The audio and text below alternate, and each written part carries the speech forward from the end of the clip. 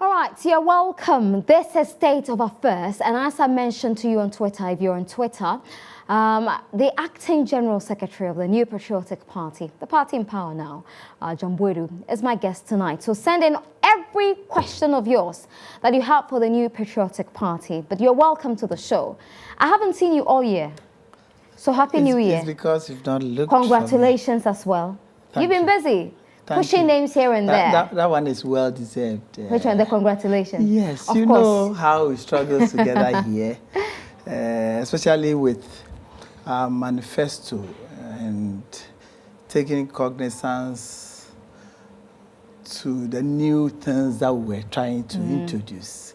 You were here with another colleague of yours, and I was trying to point out to you some of these initiatives are initiatives that is expected to move this country forward, and trying to explain to you was a bit difficult. No, I don't blame you, because it's a new thing that we're putting across, and it is something that resonates with the people on the ground, because in putting together the manifesto, we also did a lot of research, went down there, look at issues that affect the people. It is for that we put together. How did you feel as a general secretary, knowing very well that you indeed were in the comfortable lead?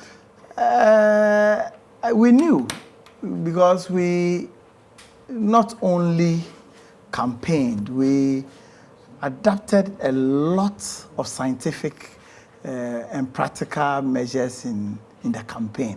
So we've done our research, we were following our research, we knew what the people were looking for, we knew the messages to send out there, we knew the results as we move on, constituency by constituency, region by region.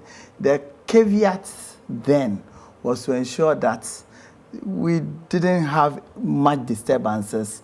Nobody on our platform makes statements that will get us to come and respond and try to explain and all that. How did you ensure that? By making sure that we chaperone everybody that speaks on our platform. Right. Make sure that before you come and speak on our platform, we take you through the kind of things that you need to say in order not to get us into any needless... Do you think these are things that affected you in previous elections? It did to a large extent, but it all depends on your own research and what is at stake. There may be times that you need that kind of controversy. You realize that the NDC was suffering from that. They needed controversy. They needed the New Patriotic Party to engage them. You understand? That's why the president was called. I haven't seen in my life before where a certain president, government in power, will be calling for debates. You know why? Because their research also tells them that their credibility has sunk so low to the extent that this is no news. Because you went on a spree calling the president incompetent. No. Before they themselves accept that their credibility was low. It is for that reason why they went for policy credibility with the IMF, that they are not believed. Things that they say they will do, they are not able to do, you know. So the die is cast for them. The only thing they needed was to pitch their credibility to ours in the form of a debate with us. They wanted so to you debate. We deliberately refused to do so. Because you thought it would have affected you? No, we thought that they didn't need that. If they need credibility, they must have credibility on their own and not... So in essence, they wanted to use you? They wanted to use us. Okay. You understand? So they were crying and trying to bring issues that will lead to some kind of debate and argument. We ignored it based on the research that we have. Apart from that, we realized that, based on the research also that we did, realize that we've almost won the elections in 2012, but for certain differences that I will not go into. So the only thing left for us is to police the ballot. So our concentration, major concentration, is to ensure that we get people of integrity, people who are dedicated, people who work very hard and are ready to protect the ballot. So when people say that the NPP was wise this time around, do you agree? We apply scientific and practical ways of campaigning, taking or giving much priority to research and intelligence. And it paid off for you. It did really. Because you realize that just about 8 hours within the election, we knew our results. Because we realize that you need speed and time to be able to deliver those things. And you don't have to allow government in power to determine the pace at which, because in our elections, you realize that most often the election results start trickling in. You start mentioning that of Eastern, Central, then other regions. By the time you realize things have changed. So we didn't want that at all. And we didn't want to put the people of our country into any suspense. So we decided to do the right thing by making sure that we have our results so we can compare with what the Electoral Commission has. You didn't feel you were acting irresponsibly? No, because if radio stations and media houses who are not part of the elections, but they are observers, are reporting, announcing, how much more the New Patriotic Party that is active. So you must have had a laugh when you heard Koko and Yudo say they were in a comfortable league. You can see, when you saw the picture, you realize that almost everybody behind him realized that they were not in comfortable lead. You understand? Because the General Secretary himself had then turned the hat. And when he was asked, he said, the thing has changed. Why should I put a hat on? You understand? So Koko and Yudo was, and you can see clearly that it was a strategy to just keep their people alive. You understand? And I think that it's all well and good. But I think our people did so well. The Ghanaian people want a definite decision. They didn't want to risk their votes. So they were definite. They want a change, and they changed it in a massive way. Do you feel that you won this election because people really believed in you, or majority of the people just failed to go out and vote for the NDC? I can't really say that majority didn't go out to vote for the NDC. I think that is the kind of work that we did by making sure that ghost people don't rise up on the day of elections to vote. So if 100,000 people are on the list and they all want to vote for the NDC, they should vote for them. But shouldn't come to a situation where 100,000 people are on the list, the actual people existing are 60,000, then they will end up getting 80,000. So we avoided that. We policed the polls very well. The Ghanaian people also were suffocated about what was going on. You realize that we got to a point, almost at a cul-de-sac in terms of managing our economy. We had a situation where close to about 99.6% of our internally generated income was used to service just interest rates and its principal, statutory payments, and salaries. There was no way out for the country. And you can see clearly that the government had no solution. The only solution they had was to continue to pile up debt and debt and debt. And the Ghanaian people, especially the working class, realized that there was no point. So most of them joined what we had a department in our campaign called V16. Most of them... V16? Victory 2016. Right. You see, V16. So people like you who sympathizes with us, who will not have the time to do the day-to-day running. He's just saying it as an example, by the way. Oh. When you say people who sympathize with us. People like you, what I mean by that, people of your profession, bankers, lawyers, teachers, agriculturists, and all that, who will not have the time like we have to do the day-to-day thing, may have 2 hours, 1 hour. So we created a platform for them to come and contribute. There were simple things that they did behind the scenes. And on the day of election, most of them were used as monitors, polling agents here and there. So the victory really is a total victory for Ghana. Okay, that's very good. You're in white. You must have been at the Red Church today. Yes. For Jake's 1 year anniversary. Today marks a year that we lost such a tower in our party. We all received the news. We were thinking, just as I think weeks before, we had that news and it came out as untrue. We were thinking that it was so. Only for us to confirm our worst fears. We had lost a great man. He's been, apart from politics. He's been a colossal figure in advertisements in our country. If you are mentioned, they are almost the pioneers in that industry.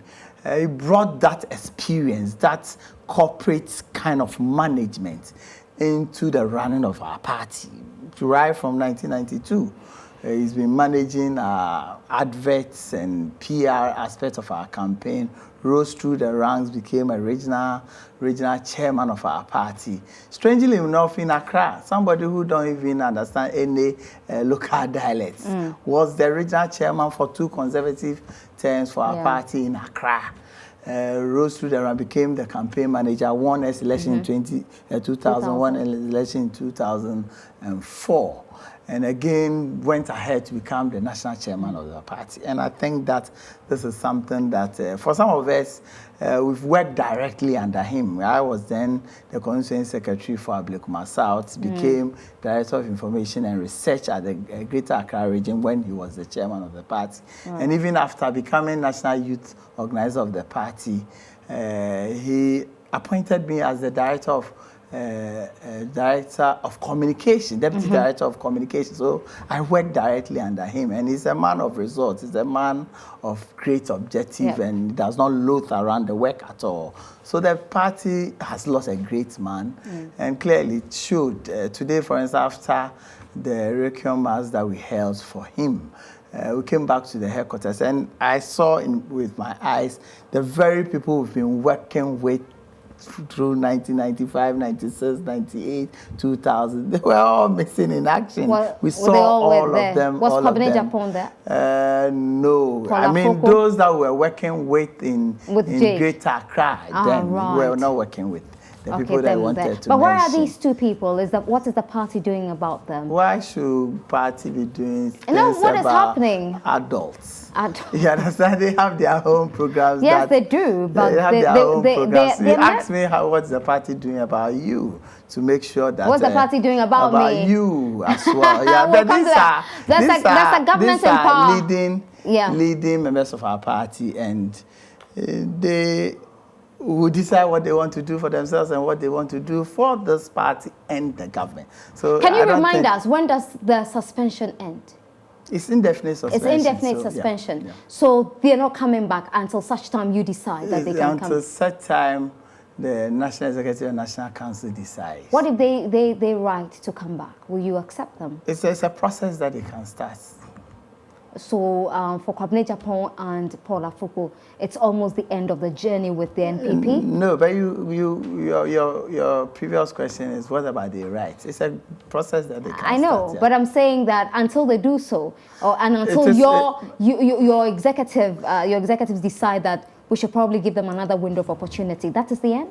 It's a whole lot of process that can be done. Like, for instance, one is to receive a petition from them to look at them, depending on what they've done over the period. The disciplinary committee can look at it, National Executive can look at it, National Council can look at it.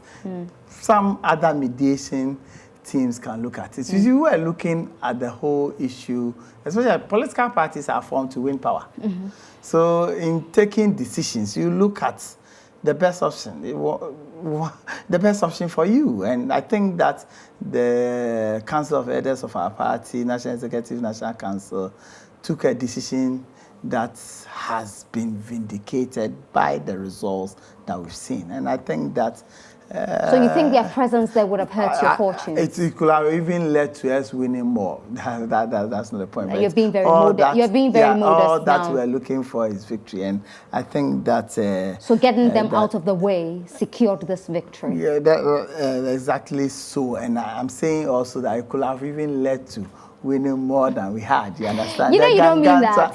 You're being a typical politician now. By saying that. As a politician, you must be objective. You just don't close. Oh, really? Yeah, you don't close your mind to one-sided kind of argument. Okay. And that makes a difference. I have to take you back to the memorial service today for Jake, the mass for Jake. Yesterday was the 10th anniversary of Hawa Yakubu's death. What did the party do for her?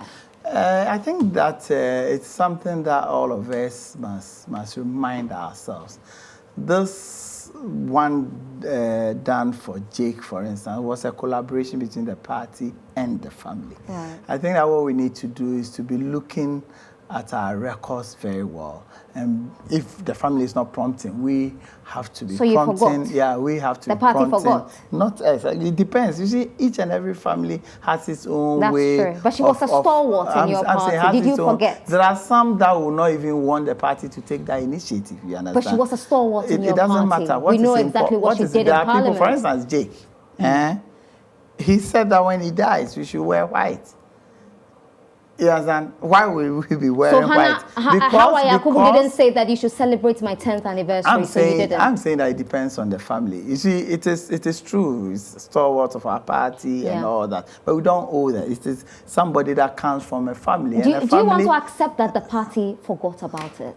I don't want to Did you remember yesterday? At least. It is not even yesterday, it is today. You see, it's today? Okay. You see, at least. Interesting. You see, each and every family has its own. I think it was yesterday. It wasn't today. It was yesterday. So? Okay. Yeah, it was yesterday. I was in UK then. I was in UK then when that unfortunate thing happened. We have to go to the house. And it depends on the family. But you forgot. The party forgot about it. Because you didn't even issue a statement. It depends on the wishes of the family. So what was the wish of the family? That we don't want to remember how Yakubu contributed to the New Patriotic Party? That is not it. Okay. That is not it. So you forgot. We can move on that you forgot about it. But that's fine.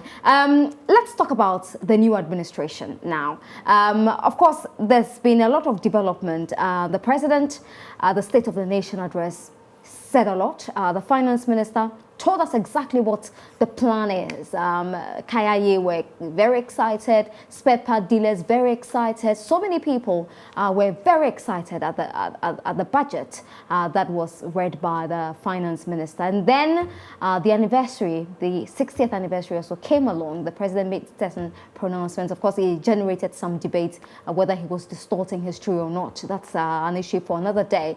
But the size of government is what everyone is talking about. It looks as if the entire party is in power. The entire party? Yes, 110. What do you think about it? The entire party is made up of close to 5 million. Okay. You understand? So the entire party is not in power. If I should start from... let's talk about the front line in Parliament for the majority. In terms of the leadership? Yes. What about it? Oh, how many people have become ministers now? It's a front line in Parliament. Yes. What do you mean by front line? I mean, I'm talking about the leadership of Parliament. The leadership of Parliament is something that is straitjacket. Of course. Majority leader, the deputies. For the majority, I'm talking about the majority. Of course, from the majority, you go back to senior. It rolls back that way. We've not had drastic change in Parliament. No, I'm not saying that. I'm just saying that if you look at the majority side, how many of them have been roped into government? Is that going to affect your work? That's exactly, you see, we must look at these numbers talk about the Constitution. Ministers. Yeah, I know that very well. From the constitutional standpoint, and you must recognize that it is the basis for most of these things. For instance, we have a constitution that we wanted to eat our cake and have it at the same time. It's a constitution that arises from history of our country, where in the Third Republic, for instance, we ran a presidential type of government where ministers were coming from outside Parliament. And the difficulty we had, especially with our inability to approve our budget. We had one in the Second Republic where it's a parliamentary system of government where all ministers are coming from Parliament. And how short-lived that experience was. So in putting together the Fourth Republican Constitution, we tried to merge hybrid of the two. And that has resulted in us putting all kinds of impediments on our way by saying that majority of the ministers must come from Parliament. Do you think it should be reviewed? I think so. It is one thing that is needless, it is unnecessary, and it puts government or presidents in an unnecessary things that need to be fulfilled, you understand? So you need to get necessarily no, it doesn't depend on the competence of the number of parliamentarians that you have. You necessarily, other than that, you'll be breaching the Constitution. Okay. The other aspects of the Constitution that you need to regional balance, ethnic balance, gender, youth, and all that. So all these things are things that one put together. In addition to looking at the number of ministers, you need to also look at the manifesto of the party. The party put before the people of our country a manifesto that details the way that we want to run the country. It is based on that the people of our country voted massively in the manner they did. So that's why we're getting 110? Yeah, well, I'll take you through that. You see, so a manifesto that says that we'll have development authorities, the Coastal, Middle Belt, Northern Development Authority. Clearly will tell you that you have a ministry or an attention in order to ensure that you fulfill that promise that you've given to the people of our country. A manifesto that says that you have Zongo Development Fund. Obviously, you need, because when you're talking about Zongo Development Fund, it's not just about just looking at a fund that will be looking at the education. You have to look at total development of our Zongo areas. It should tell you that you need total attention of such a place. A manifesto that tells you that we are going to redemarcate regions in order to give or bring governance to the doorstep of the people.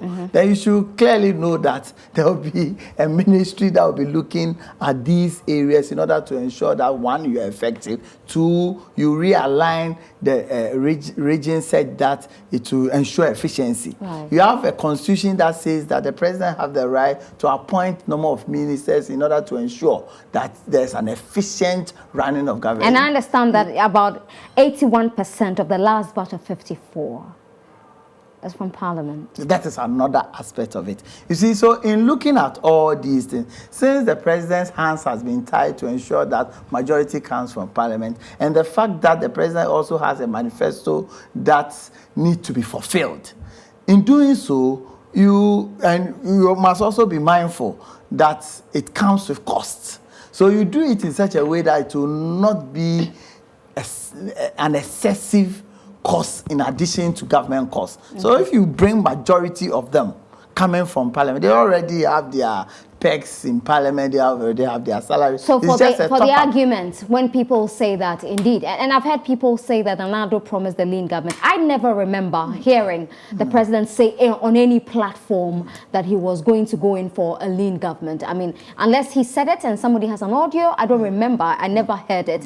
What he, however, promised was to protect the public purse. Fantastic. That's exactly what has been done. Look, if you check 8 years ago, almost all the contracts that we have difficulties about, the Mary contract, the GIDA, the RLG, and all those contracts are arising out of contracts that most often are given on a single sourcing or sole sourcing basis, where the government itself don't have a machinery to be tracking those contracts. And these are the contracts, and you are talking about millions of dollars. Okay, let me ask you this question. So let me end on that. You see, millions of dollars. So if government realizes that these are difficulties, and if you are not careful and you allow, we are all Ghanaians, you allow ministers or ministries to be dealing with those issues, you may end up having even worse situations if you are not very careful. So let us have a minister who will be responsible for all these things to ensure that the basic criteria for any ministry to engage in sole sourcing or single sourcing is adhered to, so that you don't create an artificial situation to get people to go for sole sourcing. It is critical, and that is going to save you millions of dollars. Is she going to combine both as a deputy majority leader? We will be looking at that, but it is critical. It is critical with regards to the. When you say you'll be looking at that, is it that you're going to be coming in with a different deputy majority leader so she can focus on procurement? It's possible we'll do that. We've not had that discussion, but I'll have it with Parliament because it is the responsibility of the party to choose leadership in Parliament. Right. By what the portfolio she's been given, if she realizes, and not if who determines the size and the terms and all that. If you think that is too much because she's still a member of Parliament as well, then we'll look at that and maybe. But when the president says that he's going to protect the public purse, this he has critical... three ministers. I am completely for that ministry. Yeah. But if you have 3 ministers, 3 deputy ministers at information, and then a substantive minister, what will 4 people be doing at the information ministry? How is that protecting the public purse? Sometimes if you... I hope you understand the importance of information. Absolutely. I work in information. Especially timely delivery of information and its management. So you need 4 people. Wait. Timely delivery of information and its management. Okay. Sometimes you are not very careful. There are lots of people that work behind the scenes who are paid from the public purse that takes even more than what the ministers take.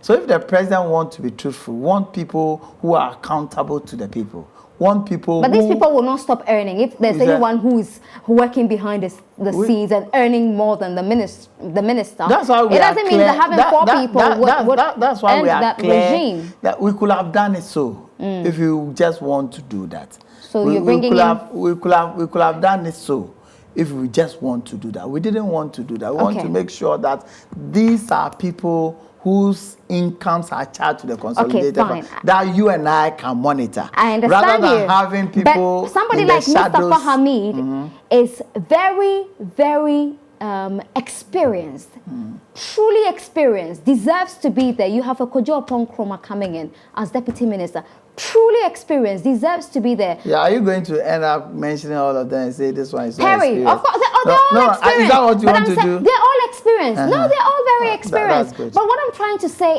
is that, I mean, if you have only 2 there, what makes you think that the 2 cannot do the job of the 4?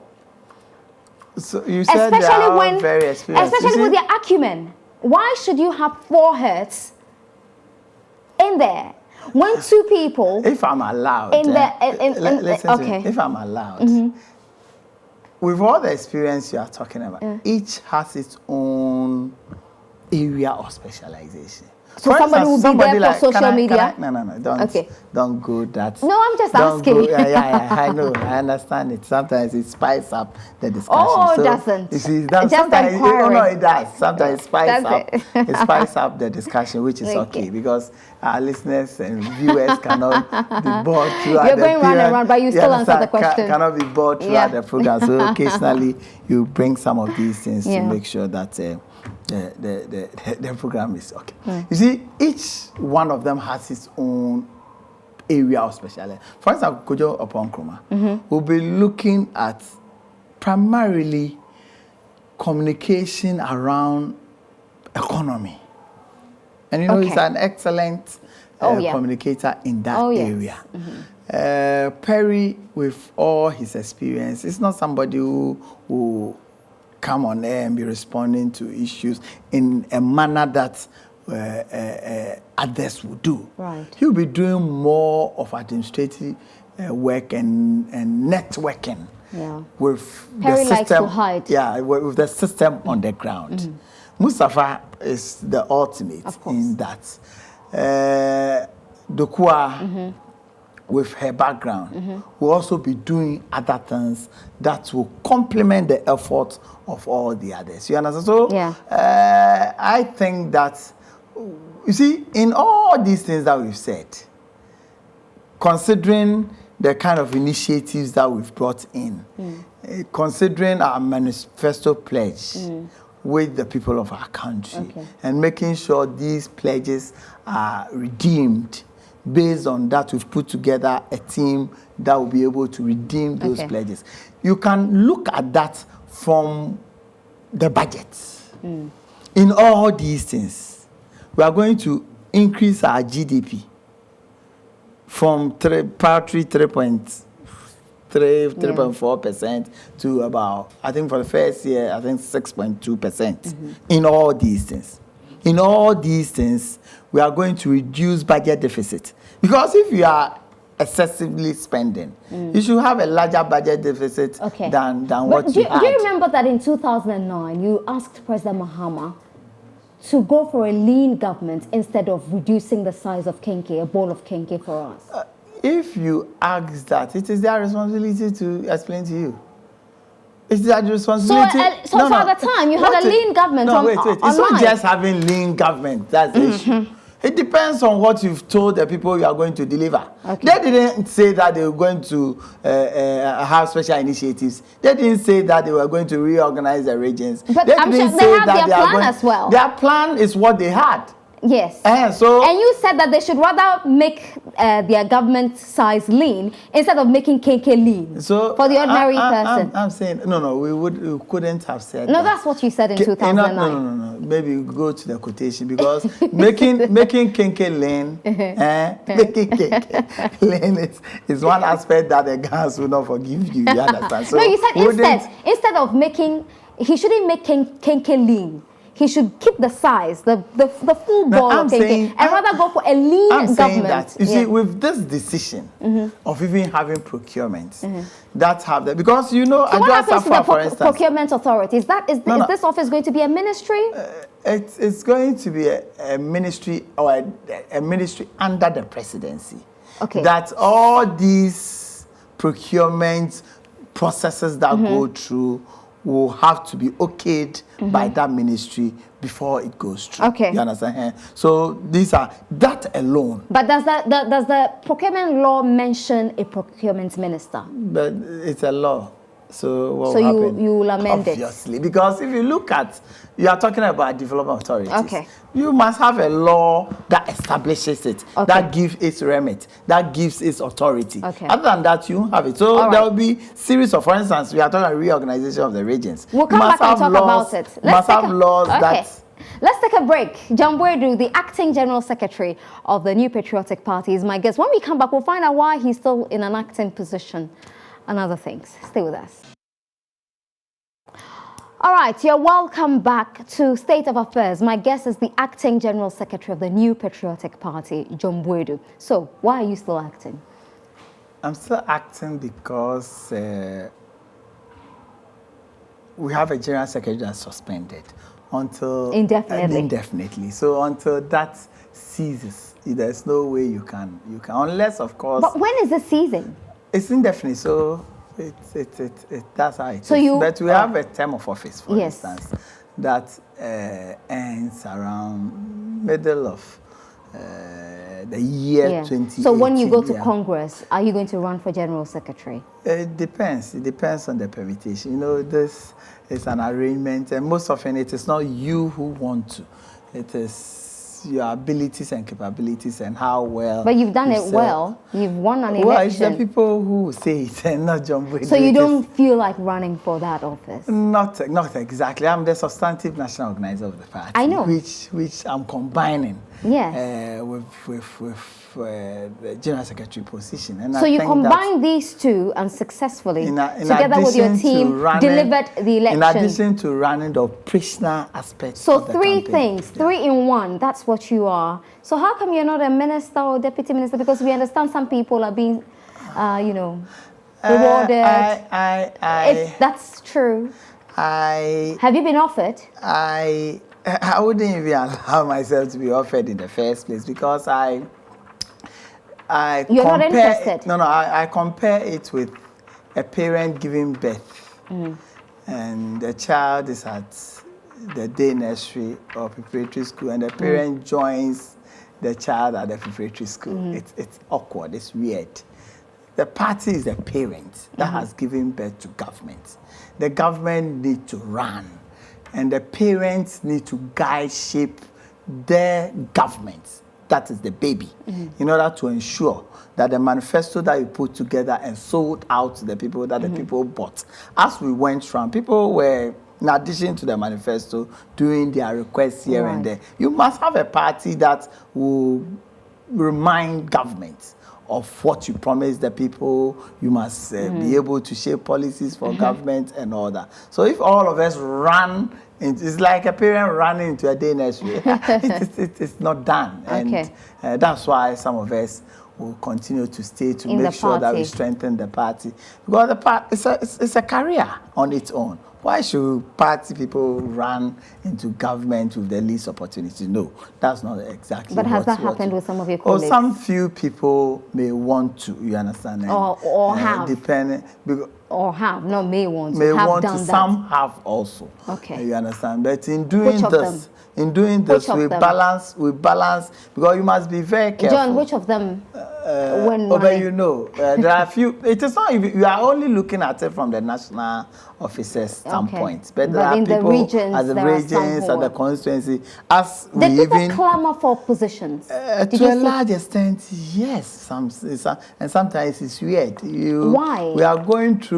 It is because we've not had political parties that have the strength and capability of retaining professionals and making sure they are well paid, that may even surpass that of people in government over the years. So people look at their career, people look at themselves and feel that this is work that is not paid. So if we've managed to bring their party in government, then why don't we run? So they're not serving us then, they are there for their own good. Oh, are they serving us? No, they are serving you, but you don't serve without having the basic things to enable you to serve. You understand? So those things must be provided. So that's the shape in which we put the party. We'll put in the party. So there's been pressure on the president? Yeah, obviously. Yeah. You know, the president decided to be visiting our headquarters every Monday, anytime he's in the country. Right. He ended up realizing that it is turning to a job agency exercise. His view to visit the party headquarters was to have discussion with party people about the general running of the party, issues of the party's development around the country, things that he needs to understand, things that he needs to know. He needs to have constant interaction with party people in order not to delink himself with the party. So he realized that it is virtually turning into an agency. So he stopped coming. So he decided that let me finish with all the appointments. And then we are almost through with the ministers, deputy ministers, the ambassadorial appointments are going through. With the MMDCs, we are on it. We will be finishing by Thursday, Friday, present our report to the president. So he looks at it. We have cabinet on I think on Friday. We'll go through the process, look at it. Then he decides when to do the final what's happening appointment. Well, not what's happening. There are some who say that some of your leading figures have been sidelined, like Dr. Kofi Konadu-Apreku, Dr. Richard Anani, and the likes. What's happening? You see, it is not everybody that want to continue to be in government. Oh, so they don't want to? It is possible they don't want to. Okay. But it was strange to you to hear that. I would not even allow myself. I myself, I would not allow myself to be in office. So immediately after the election, I was actually looking out for your name. No, immediately after the election, I made a public statement that I'm not going to government. Maybe these people you are mentioning have not yet made public statements. You understand? But it's not everybody that must be in government. There are a lot of them that will serve a lot of other roles that are equally important. What happened to the Honorable Kukufu? And you must also be mindful of the fact that this is a 4-year mandate. There's room for reshuffling, there's room for changes, there are some who may be sacked. There's room for, because putting together this government, you may end up merging some of the policies and programs to ensure that they are aligned to your vision. What happened to Honorable Kukufu? What should happen to him? What happened to him? Because there was talk that he was going to be in charge of the Forestry Commission. And it remains as talk. And he was actually accepting congratulatory messages on various talk shows. No, I don't think he did. Yes, he did. I'm telling you that happened. You are telling me, but I know. Before one can say that he's been appointed to a position, the president must announce it, must be given, not announce it. It's becoming... So he was sidelined. He's been sidelined. It's becoming difficult for some of us helping to manage the party and government. This craze of people receiving the appointment letter and in some few seconds is on Facebook. But a lot of them did it. Yeah. A lot of the deputy ministers especially did that. That is putting a lot of pressure on those who have not got appointments. Right. And it's making people excessively lobby. So a point in case is what you are talking about. Right. There hasn't been any appointment letter given to anybody. Okay. That has been reversed. You understand? It also happened in the case of our former General Secretary, Sir John, yes. where yes. there was rumors all over the place. And I was so surprised when I went to US just for about 3-4 days. I went for a radio interview. And the kind of things that I mentioned, the policies that are being put in place, the targets that right. we are targeting for the year, the new initiatives that we are putting together. People were not concerned about it. Oh, yes, the cause that, why is it that Sir John posts? I said, who has given Sir John any post? You understand? Because what they were doing was inimical to Sir John's own image. Because Sir John is a closer figure in our party that if he wants something, he will get it. Easily. Why are you poo-pooing him and putting needless pressure on the president? So I think that we must be mindful of that. Like you are saying, if it is a talk, it remains as talk. Now that you have WhatsApp platforms, Twitter, whatever, there's a lot going around. Cook their own statement and put it out there. So there's nothing to it. And if president decides that he will give Honorable Kugufu's position, he will do it. All right. Thank you very much, John BOADU, Acting General Secretary of the New Patriotic Party, who is still thinking about running for the General Secretary office for the New Patriotic Party later this year when they go to Congress. This is Nanaba professing and wanting to sponsor me. Maybe you manage my media. Maybe. You never know. You never know. Thank you so much for your time here tonight. You're most welcome. All right. Thank you so much for watching the show as well. We'll see you tomorrow.